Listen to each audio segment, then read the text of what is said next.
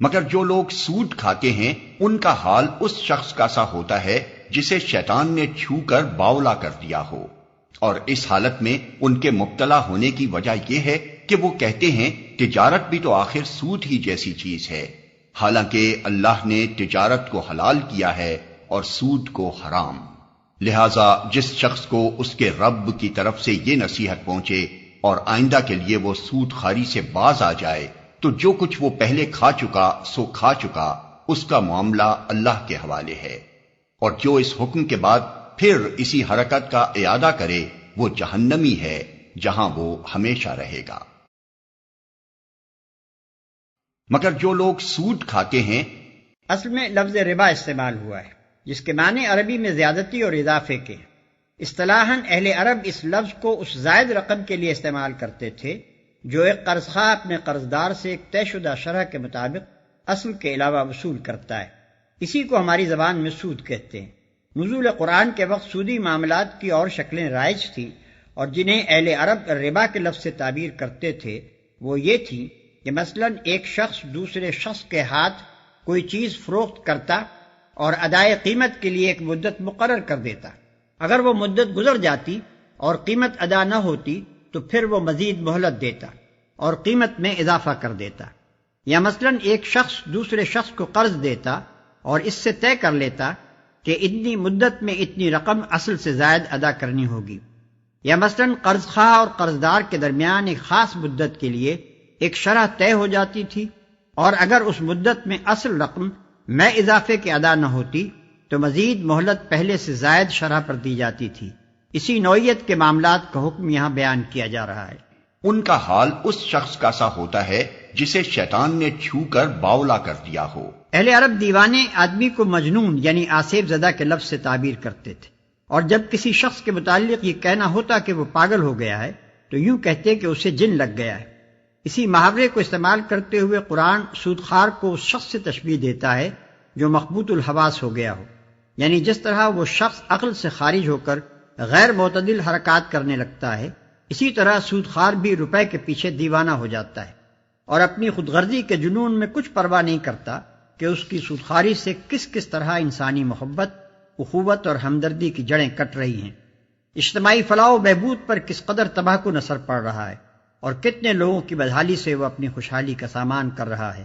یہ اس کی دیوانگی کا حال اس دنیا میں ہے، اور چونکہ آخرت میں انسان اسی حالت میں اٹھایا جائے گا جس حالت پر اس نے دنیا میں جان دی ہے، اس لیے سودخوار آدمی قیامت کے روز ایک باولے مخبوط الحواس انسان کی صورت میں اٹھے گا۔ تجارت بھی تو آخر سود ہی جیسی چیز ہے۔ یعنی ان کے نظریے کی خرابی یہ ہے کہ تجارت میں اصل لاگت پر جو منافع لیا جاتا ہے اس کی نوعیت اور سود کی نوعیت کا فرق وہ نہیں سمجھتے، اور دونوں کو ایک ہی قسم کی چیز سمجھ کر یوں استدلال کرتے ہیں کہ جب تجارت میں لگے ہوئے روپے کا منافع جائز ہے تو قرض پر دیے ہوئے روپے کا منافع کیوں ناجائز ہو۔ اسی طرح کے دلائل موجودہ زمانے کے سودخوار بھی سود کے حق میں پیش کرتے ہیں۔ وہ کہتے ہیں کہ ایک شخص جس روپے سے خود فائدہ اٹھا سکتا تھا اسے وہ قرض پر دوسرے شخص کے حوالے کرتا ہے، وہ دوسرا شخص بھی بہرحال اس سے فائدہ ہی اٹھاتا ہے، پھر آخر کیا وجہ ہے کہ قرض دینے والے کے روپے سے جو فائدہ قرض لینے والا اٹھا رہا ہے اس میں سے ایک حصہ وہ قرض دینے والے کو نہ ادا کرے۔ مگر یہ لوگ اس بات پر غور نہیں کرتے کہ دنیا میں جتنے کاروبار ہیں، خواہ وہ تجارت کے ہوں یا صنعت و حرفت کے یا زراعت کے، اور خواہ انہیں آدمی صرف اپنی محنت سے کرتا ہو یا اپنے سرمایہ اور محنت ہر دو سے، ان میں سے کوئی بھی ایسا نہیں ہے جس میں آدمی نقصان کا خطرہ یعنی رسک مول نہ لیتا ہو، اور جس میں آدمی کے لیے لازماً ایک مقرر منافع کی ضمانت ہو۔ پھر آخر پوری کاروباری دنیا میں ایک قرض دینے والا سرمایہ دار ہی ایسا کیوں ہو جو نقصان کے خطرے سے بچ کر ایک مقرر اور لازمی منافع کا حقدار قرار پائے۔ غیر نفع بخش اغراض کے لیے قرض لینے والے کا معاملہ تھوڑی دیر کے لیے چھوڑ دیجیے اور شرح کی کمی بیشی کے مسئلے سے بھی قطع نظر کر لیجیے، معاملہ اسی قرض کا صحیح جو نفع بخش کاموں میں لگانے کے لیے لیا جائے، اور شرح بھی تھوڑی ہی صحیح۔ سوال یہ ہے کہ جو لوگ ایک کاروبار میں اپنا وقت، اپنی محنت، اپنی قابلیت اور اپنا سرمایہ رات دن کھپا رہے ہیں، اور جن کی سعی و کوشش کے بل پر ہی اس کاروبار کا برابر ہونا موقوف ہے، ان کے لیے تو ایک مقرر منافع کی ضمانت نہ ہو بلکہ نقصان کا سارا خطرہ بالکل انہی کے سر ہو، مگر جس نے صرف اپنا روپیہ انہیں قرض دے دیا ہو وہ بے خطر ایک طے شدہ منافع وصول کرتا چلا جائے؟ آخر یہ کس عقل، کس منطق، کس اصول انصاف اور کس اصول معاشیات کی روح سے درست ہے؟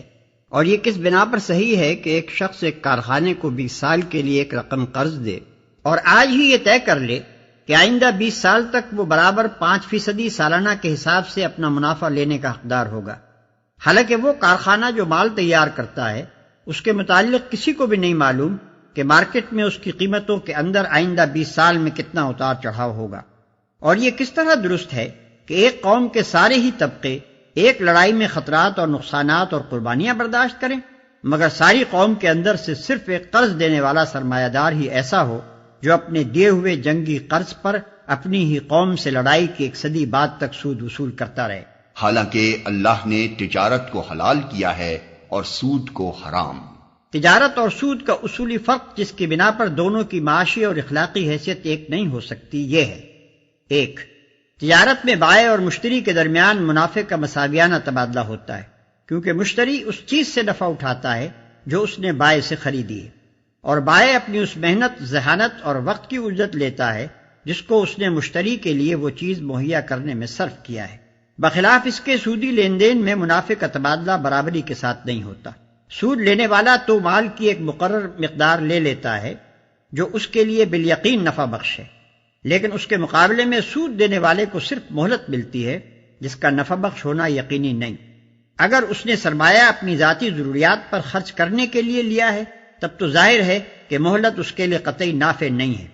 اور اگر وہ تجارت یا زراعت یا صنعت و حرفت میں لگانے کے لیے سرمایہ لیتا ہے تب بھی مہلت میں جس طرح اس کے نفع کا امکان ہے اسی طرح نقصان کا بھی امکان ہے۔ پس سود کا معاملہ یا تو ایک فریق کے فائدے اور دوسرے کے نقصان پر ہوتا ہے، یا ایک کے یقینی اور متعین فائدے اور دوسرے کے غیر یقینی اور غیر متعین فائدے پر۔ 2. تجارت میں بائع مشتری سے خواہ کتنا ہی زائد منافع لے، بہرحال وہ جو کچھ لیتا ہے ایک ہی بار لیتا ہے،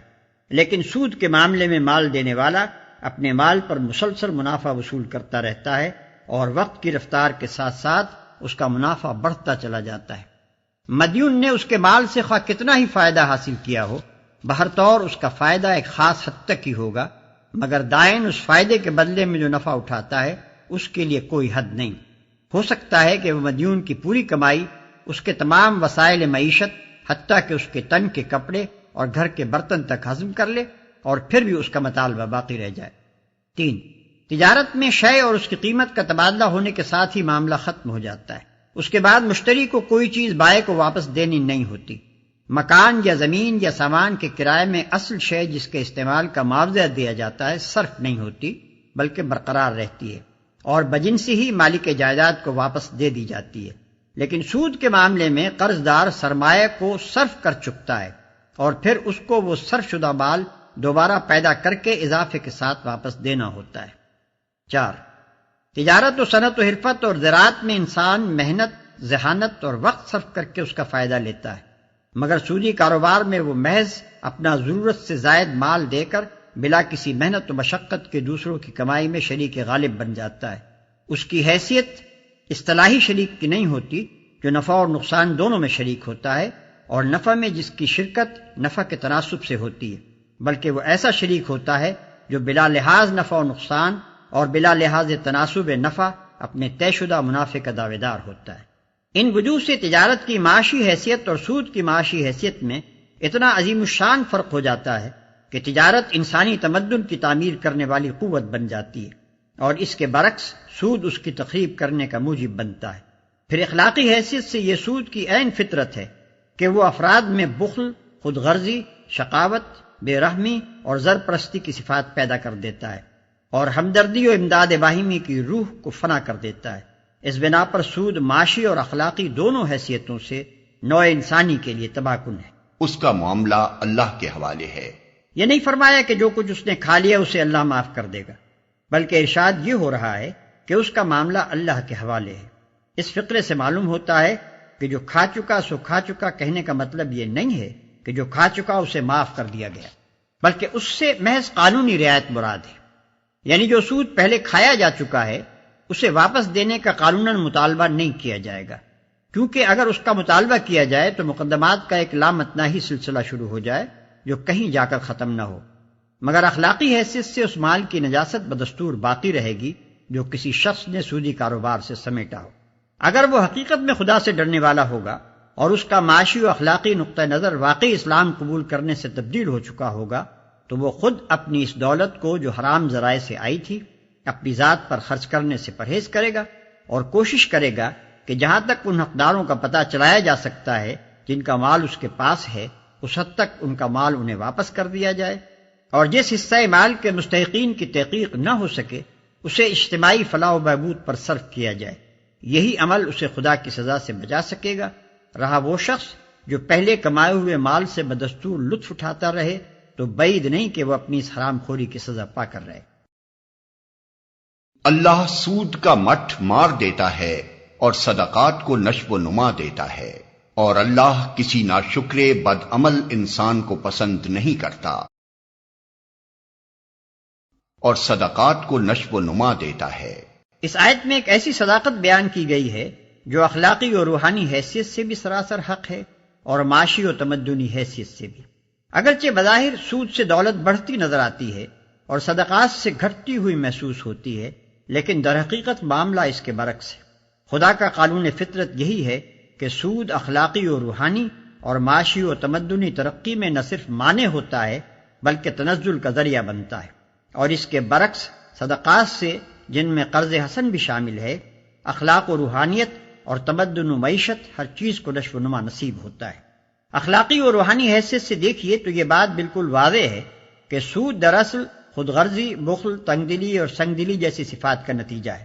اور وہ انہی صفات کو انسان میں نشو و نما بھی دیتا ہے۔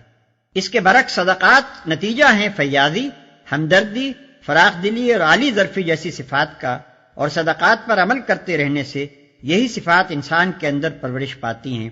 کون ہے جو اخلاقی صفات کے ان دونوں مجموعوں میں سے پہلے مجموعے کو بدترین اور دوسرے کو بہترین نہ مانتا ہو؟ تمدنی حیثیت سے دیکھیے تو بادنا تعامل یہ بات ہر شخص کی سمجھ میں آ جائے گی کہ جس سوسائٹی میں افراد ایک دوسرے کے ساتھ خود غرضی کا معاملہ کریں، کوئی شخص اپنی ذاتی غرض اور اپنے ذاتی فائدے کے بغیر کسی کے کام نہ آئے، ایک آدمی کی حاجت مندی کو دوسرا آدمی اپنے لیے نفع اندوزی کا موقع سمجھے اور اس کا پورا فائدہ اٹھائے، اور مالدار طبقوں کا مفاد عامت الناس کے مفاد کی ضد ہو جائے، ایسی سوسائٹی کبھی مستحکم نہیں ہو سکتی۔ اس کے افراد میں آپس کی محبت کے بجائے باہمی بغض و حسد اور بے دردی و بے تعلقی نشو و نما پائے گی۔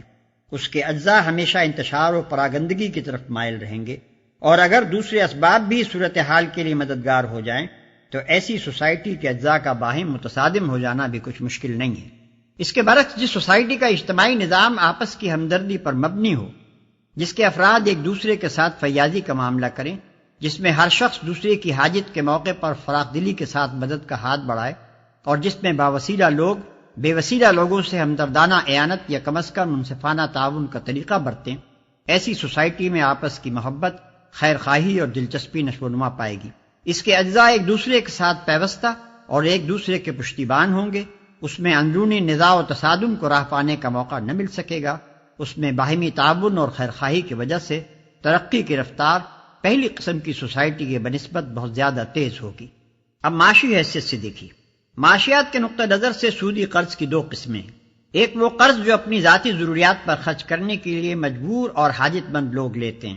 دوسرا وہ قرض جو تجارت اور صنعت و حرفت اور زراعت وغیرہ کاموں پر لگانے کے لیے پیشہ ور لوگ لیتے ہیں۔ ان میں سے پہلی قسم کے قرض کو تو ایک دنیا جانتی ہے کہ اس پر سود وصول کرنے کا طریقہ نہایت تباہ کن ہے۔ دنیا کا کوئی ملک ایسا نہیں ہے جس میں مہاجن افراد اور مہاجنی ادارے اس ذریعے سے غریب مزدوروں، کاشتکاروں اور قلیل المعاش عوام کا خون نہ چوس رہے ہوں۔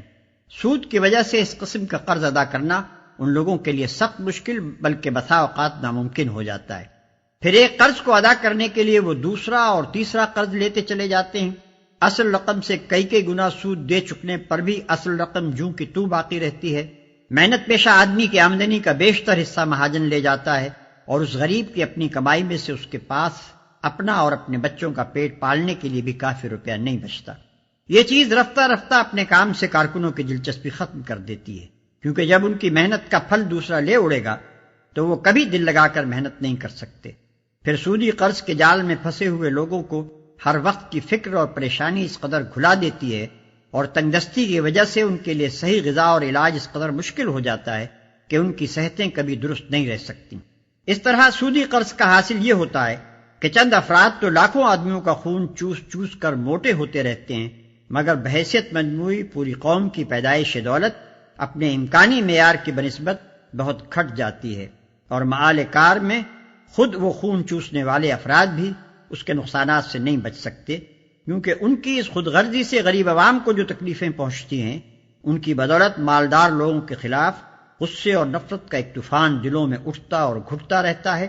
اور کسی انقلابی ہیجان کے موقع پر جب یہ آتش فشاں پھٹتا ہے تو ان ظالم مالداروں کو اپنے مال کے ساتھ اپنی جان اور آبرو تک سے ہاتھ دھونا پڑ جاتا ہے۔ رہا دوسری قسم کا قرض جو کاروبار میں لگانے کے لیے لیا جاتا ہے،